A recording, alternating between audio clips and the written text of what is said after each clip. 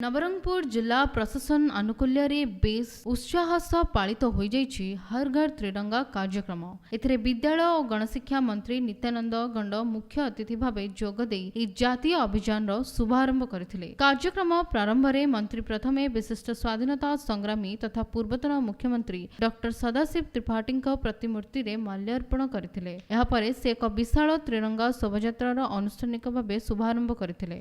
तिरंगा कार्यक्रम अंतर्गत आज तिरंगा दिवस नवरंगपुर जिला हेडक्वार्टर पालन कराई। आप देखुए पाखापाखि 4,000 छात्र छात्री अभिभावक स्थानीय जनसाधारण अधिकारी सरकारी अधिकारी वृंद और माननीय मंत्री माननीय विधायक और विभिन्न पंचायत स्तर विभिन्न कार्यकर्ता समस्त आज उपस्थित अच्छा।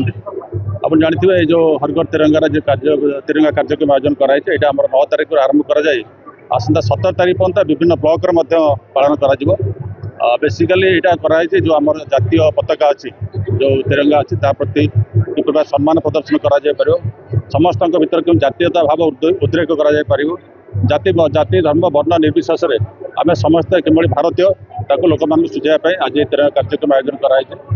तेणु समस्त को आज अनुरोध जातीय पताका आम सदा सर्वदा सम्मान प्रदर्शन करवा और जातीय पताका जो गर्व आम भारतीय भाव अनुभव करती सेटा केमती अखंड अतुट से विश्वास नहीं आज तिरंगा यात्रा कराई। शोभा यात्रा जिला योजना कमिटी अध्यक्ष तथा विधायक गौरीशंकर माझी एवं जिलापाल डॉक्टर महेश्वर स्वाई समेत बहु संख्यार छात्र छात्री स्वयं सहायक गोष्ठीर सदस्य सरकारी कर्मचारी और विभिन्न संगठनर कर्मकर्ता माने सामिल होइथिले।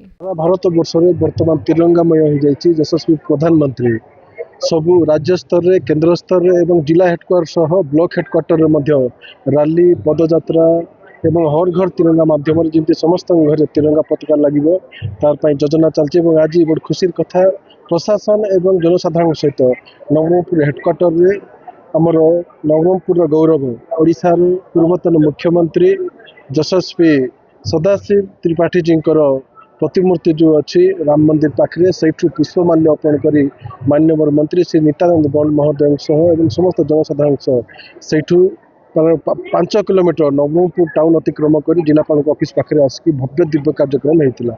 जाति धर्म और वर्ण निर्विशेष समस्ते हाथ में जातीय पताका धरी देश मातृत्वर वंदना गाइबा सह सारा अंचल एक अपूर्व देशप्रेमर माहौल सृष्टि करथिले। नवरंगपुर खरे सुपाल सिंह रिपोर्ट NTV।